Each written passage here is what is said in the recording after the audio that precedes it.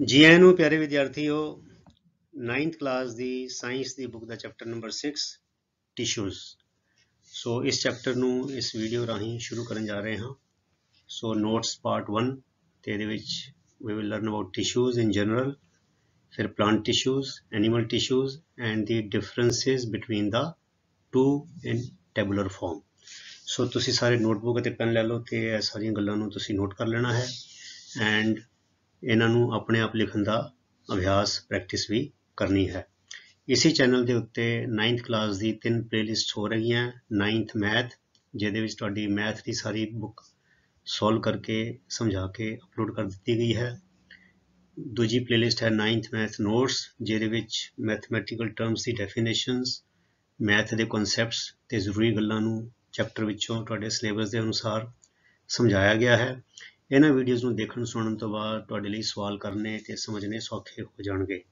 ਤੇ ਤੀਸਰੀ ਪਲੇਲਿਸਟ ਹੈ 9th ਇੰਗਲਿਸ਼ MCB, ਉਹਦੇ ਵਿੱਚ ਜਿਹੜੇ ਲੈਸਨਸ ਨੇ ਤੁਹਾਡੇ ਇੰਗਲਿਸ਼ ਮੇਨ ਕੋਰਸ ਬੁੱਕ ਦੇ, ਉਹਨਾਂ ਨੂੰ ਰੀਡਿੰਗ, ਪ੍ਰੋਨਾਂਸੀਏਸ਼ਨ, ਐਕਸਪਲੇਨੇਸ਼ਨ, ਟ੍ਰਾਂਸਲੇਸ਼ਨ ਤੇ ਉਹਦੀ ਐਕਸਰਸਾਈਜ਼ਜ਼ ਨੂੰ ਹੱਲ ਕਰਕੇ ਉਹਦੇ ਵੀਡੀਓ ਬਣਾ ਕੇ ਵੀ ਪਾ ਦਿੱਤੇ ਗਏ ਨੇ। ਸੋ ਆਪਣੀ ਲੋੜ ਦੇ ਮੁਤਾਬਕ ਤੁਸੀਂ ਉਹਨਾਂ ਵੀਡੀਓਜ਼ ਨੂੰ ਦੇਖ ਕੇ ਵੀ ਉਹਦਾ ਫਾਇਦਾ ਚੁੱਕ ਸਕਦੇ ਹੋ। ਸੋ ਆਓ ਸ਼ੁਰੂ ਕਰੀਏ।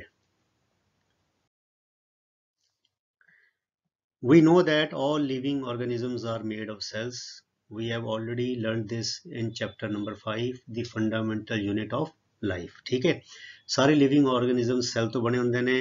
In unicellular organisms, unicellular means single celled, uni means one, एक सेल तो बने हुए organisms। In unicellular organisms a single cell performs all the basic functions, क्योंकि इको सेल है सो सारे फंक्शंस ਜਿਹੜੇ ਲਾਈਫ ਨਾਲ ਜੁੜੇ ਹੋਏ ਨੇ ਉਹ ਸਾਰੇ ਇੱਕ ਸੈੱਲ ਹੀ ਕਰਦਾ ਹੈ। ਫॉर एग्जांपल ਇਨ ਅਮੀਬਾ ਦਾ ਬੜਾ ਕਾਮਨ ਇੱਕ ਐਗਜ਼ਾਮਪਲ ਹੈ ਯੂਨੀਸੈਲੂਲਰ ਜਿਹੜਾ ਆਰਗੇਨਿਜ਼ਮ ਹੈ। A single cell carries out movement, intake of food ਜਿਹਨੂੰ ਕਹਿੰਦੇ ingestion of food, gaseous exchange that is CO2 ਨੂੰ ਬਾਹਰ ਛੱਡਣਾ, ਆਕਸੀਜਨ ਨੂੰ ਅੰਦਰ ਲੈਣਾ, ਐਕਸਕ੍ਰੀਸ਼ਨ ਮਲ ਮੂਤਰ ਦਾ ਤਿਆਗ ਜਿਹੜਾ ਹੈ, ਜੋ ਵੇਸਟ ਪ੍ਰੋਡਕਟਸ ਨੇ ਉਹਨੂੰ ਐਕਸਪੈਲ ਆਊਟ, ਸਾਰਾ ਕੰਮ ਜਿਹੜਾ ਜਿੰਨੇ ਵੀ ਕੰਮ ਨੇ ਸਾਰੇ ਇਹ ਸਾਰੀ ਇੱਕੋ ਸੈੱਲ ਕਰਦਾ ਹੈ। all these functions are carried out by a single cell, but a multicellular organism, multicellular means ਜਿਹਦੇ ਚ ਬਹੁਤ ਸਾਰੇ ਸੈੱਲ ਹੋਣ। organism has millions of cells, ਲੱਖਾਂ ਕਰੋੜਾਂ ਸੈੱਲ ਹੁੰਦੇ ਨੇ and most of these are specialized to carry out specific functions। ਹੁਣ ਇਹ in unicellular one cell carries out all the functions, but in the case of multicellular organisms most of the cells are specialized and dedicated to performing certain specific functions। A different group of cells performs each specialized function। एक sales का एक group है, दूसरे किस्म के sales का दूसरा group है, पहला ग्रुप कोई होर काम करता है, दूसरा ग्रुप कोई होर काम करता है। Since these cells carry out only a particular function, they do it very efficiently। So ਜਿਹੜਾ ਕੰਮ ਹੈ ਬੜਾ ਪ੍ਰਭਾਵਸ਼ਾਲੀ ਹੁੰਦਾ ਹੈ, ਵੈਰੀ ਇਫੈਕਟਿਵ ਹੁੰਦਾ ਹੈ, ਵੈਰੀ ਐਫੀਸ਼ੀਐਂਟ ਹੁੰਦਾ ਹੈ। ਕਿਉਂ? ਕਿਉਂਕਿ ਜਿਹੜਾ ਇੱਕ ਗਰੁੱਪ ਹੈ ਉਹਨੇ ਇੱਕੋ ਹੀ ਕੰਮ ਕਰਨਾ ਹੈ। ਯੂਨੀਸੈਲੂਲਰ ਮੰਗੋ ਐ ਨਹੀਂ ਕਿ ਉਹਨੇ ਇਹ ਵੀ ਕਰਨਾ ਹੈ, ਮੂਵਮੈਂਟ ਵੀ ਕਰਨੀ ਹੈ, ਇਨਟੇਕ ਆਫ ਫੂਡ ਵੀ ਕਰਨਾ ਹੈ, ਗੈਸਿਸ ਐਕਸਚੇਂਜ ਵੀ ਕਰਨੀ ਹੈ, ਐਕਸਕ੍ਰੀਸ਼ਨ ਵੀ ਕਰਨਾ ਹੈ। ਸੋ ਇਹਦੇ ਵਿੱਚ ਕੀ ਹੋਏਗਾ, ਮਲਟੀ ਸੈਲੂਲਰ ਵਿੱਚ ਐਕਸਕ੍ਰੀਟਰੀ ਜਿਹੜਾ ਕੰਮ ਹੈ ਐਕਸਕ੍ਰੀਸ਼ਨ ਦਾ ਉਹ ਡਿਫਰੈਂਟ ਸੈਲਸ ਹੈਗੇ ਨੇ, ਰੈਸਪੀਰੇਸ਼ਨ ਲਈ ਵੱਖਰੇ ਹੈਗੇ ਨੇ, ਹਨਾ, ਮੂਵਮੈਂਟ ਲਈ ਵੱਖਰੇ ਹੈਗੇ ਨੇ ਤੇ ਆਪਣਾ ਨਰਵਸ ਸਿਸਟਮ ਲਈ ਵੱਖਰੇ ਹੈਗੇ ਨੇ। ਸੋ ਇਹ ਜਿਹੜੀ ਚੀਜ਼ਾਂ ਹੈਗੀਆਂ ਨੇ ਅਲੱਗ-ਅਲੱਗ ਸੈਲਸ ਅਲੱਗ-ਅਲੱਗ ਕੰਮ ਕਰਦੇ ਨੇ, ਇਸ ਕਰਕੇ ਉਹਨਾਂ ਦੀ ਐਫੀਸ਼ੀਐਂਸੀ ਬਹੁਤ ਵਧੀਆ ਹੁੰਦੀ ਹੈ। ਸੋ ਦੇ ਡੂ ਇਟ ਵੈਰੀ ਐਫੀਸ਼ੀਐਂਟਲੀ।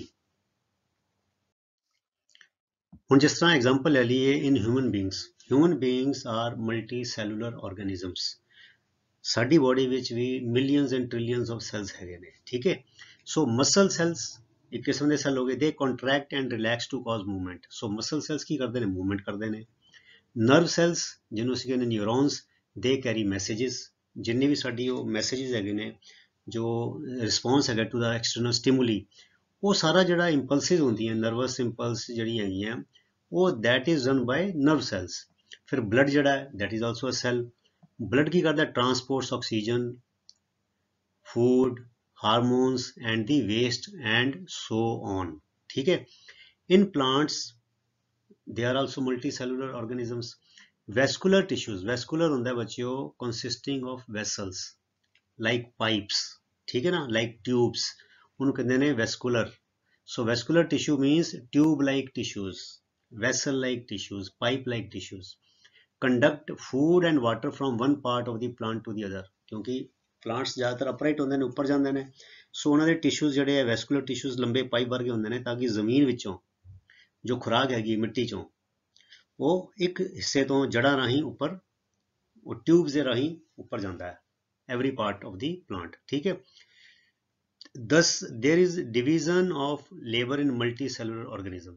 ਇਹਦਾ ਮਤਲਬ ਕੀ ਹੋਇਆ ਕਿ ਮਲਟੀ ਸੈਲੂਲਰ ਆਰਗੇਨਿਜ਼ਮ ਨੇ ਉਹਦੇ ਵਿੱਚ ਕੰਮ ਦੀ ਵੰਡ ਹੈਗੀ ਹੈ। ਡਿਵੀਜ਼ਨ ਆਫ ਲੇਬਰ ਦਾ ਮਤਲਬ ਹੈ ਕੰਮ ਦੀ ਵੰਡ ਹੈਗੀ ਹੈ, ਕਿ ਜਿੱਦਾਂ ਇੱਕ ਆਫਿਸ ਹੈਗਾ, ਉਹ 'ਚ ਅਲੱਗ-ਅਲੱਗ ਡਿਪਾਰਟਮੈਂਟਸ ਹੁੰਦੀਆਂ, ਅਕਾਊਂਟਸ ਡਿਪਾਰਟਮੈਂਟ ਵੱਖਰੀ ਹੁੰਦੀ ਹੈ, ਟੈਕਨੀਕਲ ਡਿਪਾਰਟਮੈਂਟ ਵੱਖਰੀ ਹੁੰਦੀ ਹੈ, ਰਿਸਰਚ ਡਿਪਾਰਟਮੈਂਟ ਵੱਖਰੀ ਹੁੰਦੀ ਹੈ, ਹੈ ਨਾ। ਸੋ ਇਸੀ ਤਰ੍ਹਾਂ ਮਲਟੀ ਸੈਲੂਲਰ ਆਰਗੇਨਿਜ਼ਮਸ ਵਿੱਚ ਜਿਹੜੇ ਕੰਮ ਨੇ ਅਲੱਗ-ਅਲੱਗ, ਮੂਵਮੈਂਟ ਹੈ, transportation of oxygen, food, hormones ਹੈ, ਐਕਸਕ੍ਰੀਸ਼ਨ ਹੈ, ਤੇ ਉਹ ਜਿਹੜੇ ਕੰਮ ਨੇ ਉਹਦੇ ਲਈ ਅਲੱਗ-ਅਲੱਗ ਸੈਲਸ ਹੁੰਦੇ ਨੇ ਤੇ ਅਲੱਗ-ਅਲੱਗ ਇਹਦਾ ਮਤਲਬ ਕੰਮ ਵੰਡਿਆ ਹੁੰਦਾ ਹੈ। There is division of labour in multicellular organisms. So cells specialising in one function are often group together in the body. ਹੁਣ ਜਿਹੜੇ ਇੱਕੋ ਕਿਸਮ ਦੇ ਸੈੱਲ ਨੇ ਤੇ ਉਹਨਾਂ ਨੇ ਇੱਕ ਕਿਸਮ ਦਾ ਕੰਮ ਕਰਨਾ, ਉਹਨਾਂ ਦਾ ਇੱਕ ਗਰੁੱਪ ਬਣ ਜਾਂਦਾ ਹੈ, ਇਹ ਉਹ ਇਕੱਠੇ ਹੋ ਕੇ ਟੀਮ ਦੇ ਤੌਰ ਤੇ ਕੰਮ ਕਰਨਗੇ, ਠੀਕ ਹੈ। ਹੁਣ ਆ ਗਈ ਗੱਲ ਟਿਸ਼ੂਜ਼ ਦੀ, ਠੀਕ ਹੈ। A group of cells that are similar in structure and or work together to achieve a particular function is known as a tissue। ਹੁਣ ਅਸੀਂ ਪਹਿਲੀ ਸਲਾਈਡ 'ਚ ਗੱਲ ਕੀਤੀ ਹੈ ਕਿ ਇੱਕੋ ਕਿਸਮ ਦਾ ਕੰਮ ਕਰਨ ਵਾਲੇ the cells of the same type performing the same function they stay together, they group together। ਸੋ ਉਹ ਗਰੁੱਪ ਜਿਹੜਾ ਹੈ, ਉਸ ਗਰੁੱਪ ਨੂੰ which is similar group of cells that are similar in structure, ਇੱਕੋ ਜਿਹਾ ਸਟਰਕਚਰ ਹੈ ਉਹਨਾਂ ਦਾ, ਤੇ ਫਿਰ ਉਹ ਇਕੱਠੇ ਹੋ ਕੇ ਕੰਮ ਕਰਦੇ ਨੇ to achieve particular function। ਸੋ ਇਹ ਗੱਲਾਂ ਯਾਦ ਰੱਖੋ। Tissue is a group of cells which are similar in structure। फिर दूजी गल, they work together and they work together to achieve a particular specific function, ठीक है, ਇਹ ਹੁੰਦਾ tissue। Thus a particular function is carried out by a cluster। cluster ਦਾ ਮਤਲਬ ਵੀ group ਹੀ ਹੁੰਦਾ, cluster of cells at a definite place in the body। ਮਤਲਬ ਕਿ ਜੋ organism ਦੀ body ਹੈ ਉਹਦੀ ਕੋਈ ਖਾਸ ਥਾਂ ਮੁਕਰਰ ਕੀਤੀ ਹੋਏਗੀ ਕਿ ਇਹ ਨਰਵਸ ਸੈਲਸ ਇੱਥੇ ਹੋਣਗੇ, ਮਸਕੂਲਰ ਸੈਲਸ ਇੱਥੇ ਹੋਣਗੇ, ਹਨਾ, ਤੇ ਜਿਹੜੇ ਬਲੱਡ ਸੈੱਲ ਇੱਥੇ ਹੋਏਗਾ, ਬੋਨ ਸੈੱਲ ਇੱਥੇ ਹੋਏਗਾ। ਸੋ ਉਹ ਉਹਨਾਂ ਦੀ ਥਾਂ ਨਿਯਤ ਹੁੰਦੀ ਹੈ। ਦਿਸ ਕਲਸਟਰ ਆਫ ਸੈਲਸ, ਜਿਹਨੂੰ ਅਸੀਂ ਟਿਸ਼ੂ ਕਹਿੰਦੇ ਹਾਂ, is arranged and designed so as to give the highest possible efficiency of function. So ਕੁਦਰਤ ਨੇ ਇਹਨਾਂ ਨੂੰ ਇਸ ਤਰ੍ਹਾਂ ਅਰੇਂਜ ਕੀਤਾ ਹੈ, ਉਹਨਾਂ ਦੀ ਡਿਜ਼ਾਈਨਿੰਗ ਇਸ ਤਰ੍ਹਾਂ ਕੀਤੀ ਹੈ ਕਿ ਉਹ ਬਹੁਤ ਵਧੀਆ ਢੰਗ ਦੇ ਨਾਲ ਕੰਮ ਕਰ ਸਕਦੇ ਨੇ। Blood, muscle, bone, tendon, phloem and xylem are all examples of tissues. ਅੱਗੇ ਆਉਣ ਵਾਲੀ ਵੀਡੀਓਜ਼ ਵਿੱਚ ਅਸੀਂ ਸਾਰੇ ਜਿਹੜੇ ਟਿਸ਼ੂਜ਼ ਨੇ ਇਹਨਾਂ ਦੇ ਬਾਰੇ ਡਿਟੇਲ ਵਿੱਚ ਜਾਣਕਾਰੀ ਲਵਾਂਗੇ। ਹੁਣ ਆ ਗਿਆ plant tissues. Plants are stationary or fixed. ਦੇਖੋ ਸਟੇਸ਼ਨਰੀ ਦਾ ਇੱਥੇ ਇਹ ਹੈਗਾ, ਮੈਂ ਨਾਲ ਨਾਲ ਤੁਹਾਡੀ ਇੰਗਲਿਸ਼ ਵੀ ਦੱਸੀ ਜਾਵਾਂ। ਜੇ ਇੱਥੇ ਈ ਆ ਜਾਏ, ਈ ਦਾ ਮਤਲਬ ਹੈਗਾ ਪੈਨਸਿਲ, ਪੈਨ, ਨੋਟਬੁੱਕਸ, ਉਹਨੂੰ ਕਹਿੰਦੇ ਸਟੇਸ਼ਨਰੀ ਸ਼ਾਪ, ਜਿੱਥੇ ਸਾਨੂੰ ਪੈਨਸਿਲ, ਪੈਨ, ਸਿਆਹੀ, ਮਤਲਬ ਕਾਗਜ਼ ਪੱਤਰ ਦਾ ਕੰਮ ਕਰਨ ਦਾ ਜਿਹੜਾ ਸਮਾਨ ਮਿਲਦਾ ਉਹਨੂੰ ਕਹਿੰਦੇ ਸਟੇਸ਼ਨਰੀ। ਤੇ ਇਹ ਹੈਗਾ ਏ। ਸਟੇਸ਼ਨਰੀ ਦਾ ਮਤਲਬ ਹੁੰਦਾ ਸਟੈਂਡਿੰਗ, ਇੱਕ ਥਾਂ ਤੇ ਟਿਕਿਆ ਹੋਇਆ, ਜੋ ਬਿਲਕੁਲ ਵੀ ਹਿਲਦਾ ਜੁਲਦਾ ਨਹੀਂ। ਸੋ plants are stationary or fixed. ਬੂਟਾ ਇੱਕ ਵਾਰ ਲਾਤਾ, ਉਹਨੇ ਜੜ ਫੜ ਲਈ, ਪਲਾਂਟ ਕਿਤੇ ਇੱਧਰ ਉੱਧਰ ਨਹੀਂ ਜਾਂਦਾ, ਠੀਕ ਹੈ। They have a large quantity of supportive tissue. Supportive tissue means ਉਹਨਾਂ ਨੂੰ ਸਹਾਰਾ ਦੇਣ ਵਾਲਾ ਟਿਸ਼ੂ, ਕਿਉਂਕਿ ਇੱਕ ਥਾਂ ਤੇ ਨੇ ਤੇ ਇਸ ਕਰਕੇ ਇੱਕ ਥਾਂ ਤੇ ਉਹ ਆਪਣੇ ਸਟਰੈਂਥ ਬਣਾ ਕੇ ਰੱਖਣ, ਟਿੱਕੇ ਰਹਿਣ, ਇਸ ਕਰਕੇ ਸਪੋਰਟਿਵ ਟਿਸ਼ੂ ਬਹੁਤ ਜ਼ਿਆਦਾ ਮਾਤਰਾ ਵਿੱਚ ਹੁੰਦਾ ਹੈ। ਵਿਚ helps them stay upright। upright ਹੁੰਦਾ ਵਿੱਚੋਂ ਸਿੱਧਾ। ਸੋ supporting tissue helps a plant to stay erect, to stay upright, ਠੀਕ ਹੈ। The supportive tissue generally has dead cells। ਤੇ supportive tissue ਵਿੱਚ ਜ਼ਿਆਦਾਤਰ dead cells ਬਹੁਤ ਜ਼ਿਆਦਾ ਹੁੰਦੇ ਨੇ। There are some tissues in plants that divide throughout their life। ਹੁਣ ਕੁਝ tissues plants ਵਿੱਚ ਐਸੇ ਨੇ ਜਿਹੜੇ ਕਿ division ਹੁੰਦੀ, ਜਿੱਦਾਂ ਅਸੀਂ ਪਹਿਲੇ ਲੈਸਨ 'ਚ ਪੜ੍ਹਿਆ mitosis। ਸੋ division ਹੋ ਕੇ tissues multiply ਹੁੰਦੇ ਰਹਿੰਦੇ ਨੇ and these tissues are localized in certain regions। ਹੋਰ ਇਹ tissues throughout the plant ਨਹੀਂ ਹੁੰਦੇ, ਕੋਈ ਖਾਸ ਜਗ੍ਹਾ ਨਿਯਤ ਹੈਗੀ ਹੈ ਉੱਥੇ ਹੁੰਦੇ ਨੇ। Based on the dividing capacity of the tissues। dividing ਕਿਸ ਸਪੀਡ ਨਾਲ ਹੋ ਰਹੇ ਨੇ, किस लैवल ते हो रहे ने। Various plant tissues can be classified as growing, उन्होंने ग्रोइंग क्योंकि वो डिवाइड हो गए ग्रो हो रहे ने, या उन्होंने ग्रोइंग किया जाता है, तो यहाँ किया जाता है मेरिस्टेमेटिक टिश्यू, ते दूजा है and permanent tissue. Meristematic tissue and permanent tissue बारे असी सैकेंड वीडियो में डिटेल च गल करांगे। इत्थे सिर्फ हले इन्नी बेसिक गल याद कर लो कि प्लांट टिश्यूज विच बेसिकली दो किस्म के कैटेगरी होंदी है, एक है मेरिस्टेमेटिक टिश्यू ते दूसरा है परमानेंट टिश्यू। हुण आ गया animal tissues. Animals move around in search of food, mates and shelter. Mates मैंने होंदा बच्चों मीटिंग जिदा रिप्रोडक्शन ਲਈ, ठीक है। So animals they are not stationary, they are not fixed, they move here and there in search of food, मतलब कि it is natural for them to move around, run around, ठीक है। जे धुप आ गई तो छां लभदे ने, जे मींह आ गया तो शेल्टर लभदे हैगे ने, ठंड हैगी है तो ਉਹਦੇ ਲਈ ਵੀ ਇੱਕ ਨਿੱਘਾ ਥਾਂ ਲੱਭਦੇ ਨੇ। So animals including human beings, they are always on the move, so they consume more energy than plants naturally। ਹੁਣ ਹਿੱਲਣ ਜੁਲਣ ਲਈ, ਦੌੜਨ ਭੱਜਣ ਲਈ એનર્ਜੀ ਚਾਹੀਦੀ ਹੈ। So the energy requirement by animals is more and the energy requirement by plants is less because plants are stationary। फिर अगली गल की है एनिमल टिश्यूज ਦੇ ਵਿੱਚ they mostly have tissues that are living। plants ਵਿੱਚ ਅਸੀਂ ਪੜਿਆ ਸੀਗਾ they have a large quantity of supportive tissues which consist of dead cells, but they mostly have ਜਿਹੜੇ animals ਹੈਗੇ ਨੇ they mostly have tissues that are living। The growth in animals is not limited to a certain regions। ਉੱਥੇ ਸੀਗਾ plants ਵਿੱਚ कि growth is limited to certain regions, it is localized, but this is not the case in animals। So animals which growth ਜਿਹੜੀ है it is not localized। Cell growth in animals is more uniform क्योंकि it is not localized, it is more uniform। So there is no demarcation of non-dividing and dividing regions in animals।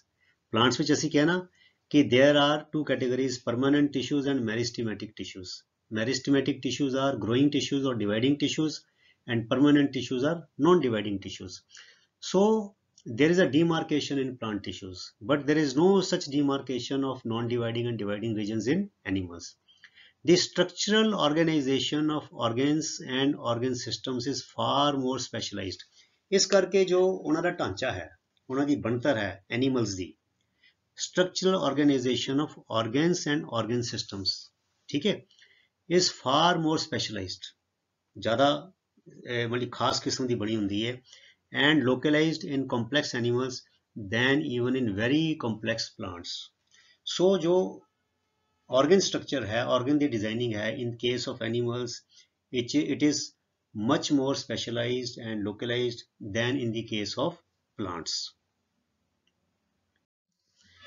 So because of this fundamental difference, जो differences ਅਸੀਂ ਦੇਖੇ ਨੇ plant tissues और animal tissues ਵਿੱਚ, these two major groups of organisms, major groups, two major groups ਕਿਹੜੇ ਕਿਹੜੇ ਲੈਣੇ ਆਪਾਂ, ਇੱਕ plants ਤੇ ਇੱਕ animals, these are the two major groups of organisms। they pursue माने seek और follow different modes of existence, मतलब कि जीवन ਦਾ ਢੰਗ ਦੀ जो शैली है दोनों ਦੀ बिल्कुल ਵੱਖਰੀ है plants ਦੀ और animals the. particularly their feeding methods, खास तौर ਤੇ जो खाना खाण ਦੇ ਪ੍ਰਾਪਤ ਕਰਨ ਦੇ जो ਸਾਧਨ ਨੇ ਉਹ ਤਰੀਕੇ ਨੇ ਉਹ ਬਿਲਕੁਲ ਦੋਨਾਂ ਦੇ ਵੱਖਰੇ ਨੇ।